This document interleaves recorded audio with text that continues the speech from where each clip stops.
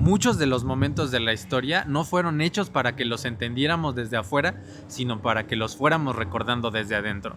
Y los esenios pertenecen exactamente a este tipo de historia.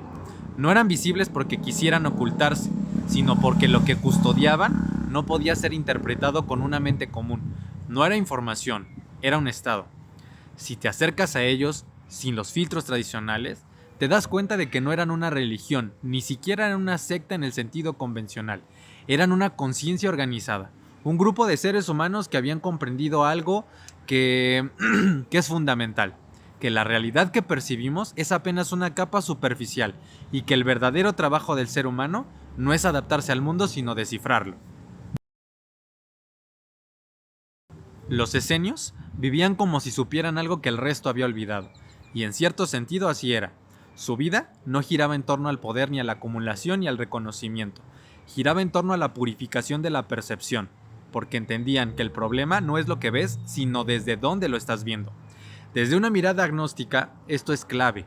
Ellos no buscaban creer, buscaban verificar internamente. La gnosis no es fe, es recuerdo. Es ese momento incómodo en el que algo dentro de ti se activa y ya no puedes volver a ver el mundo de la misma forma. Y los esenios diseñaron toda su vida alrededor de ese momento. Por eso, su disciplina no era negociable. No porque alguien se los impusiera, sino porque sabían que cualquier distorsión en el cuerpo o en la mente interferiría con la claridad. La alimentación, el silencio, la contemplación, la forma en la que se relacionaban, todo, absolutamente todo estaba calibrado, no para ser buenos, sino para ser precisos. Ahora, vamos a verlo desde la perspectiva de lo esotérico. Hay algo que ahí es un poquito más profundo, porque ellos trabajaban con el cuerpo como si fuera un portal, no en un sentido metafórico, sino literal.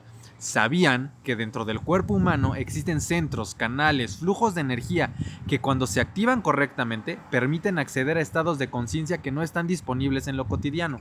Y no lo aprendían leyendo, lo experimentaban. Por ejemplo, el agua. No era solo un símbolo de limpieza, era un medio de reconfiguración. El contacto con ciertos elementos en determinados estados de conciencia tenía un efecto directo sobre el campo energético. Lo mismo con la respiración, con el ritmo del cuerpo o con los ciclos del día. Vivían en sincronía con algo superior, no como una idea de algo como romántico, poético, sino como algo que se practicaba constantemente. Y desde la perspectiva ocultista,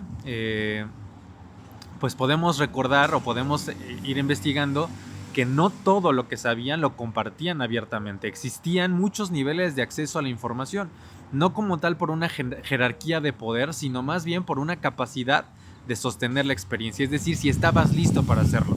Había enseñanzas que podían desestabilizar a alguien que no estuviera preparado, y eso hoy se ha perdido. Vivimos en una época donde todo se expone, todo se revela, todo se comparte, pero nunca, o bueno, casi ya nada se integra poco a poco y se va conociendo. Los esenios entendían que el conocimiento no transforma por sí mismo. Lo que transforma es la relación que tienes con ese conocimiento. Por eso, primero se trabajaba el instrumento, que es el cuerpo, la mente y la percepción, y mucho después, poco a poco, se abrían ciertas puertas.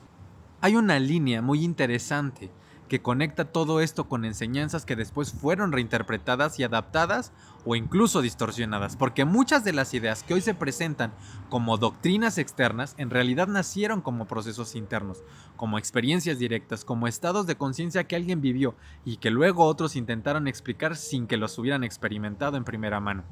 Y es aquí donde los esenios se vuelven incómodos, porque su existencia cuestiona muchas narrativas. Nos obliga entonces a preguntarnos si realmente hemos entendido lo que creemos entender, si lo que llamamos espiritualidad es experiencia o solo estamos repitiendo patrones. Ellos no hablaban de salvación, hablaban de despertar. Y despertar no es algo bonito ni cómodo. Despertar es darte cuenta de que has estado viviendo y viendo a través de un filtro que no sabías que existía. Despertar es empezar a percibir capas que antes no estaban ahí. Es sentir que algo dentro de ti se reorganiza, aunque no tengas palabras para explicarlo. Y tal vez por eso el conocimiento de los esenios no desapareció, simplemente se volvió más silencioso. Se fragmentó y se escondió entre símbolos, entre prácticas, entre líneas que solo pueden leerse cuando algo dentro de ti ya está listo. Hermanas y hermanos, porque al final, lo esenio no es un grupo del pasado, es una frecuencia. Y esa frecuencia no enseña, se reconoce.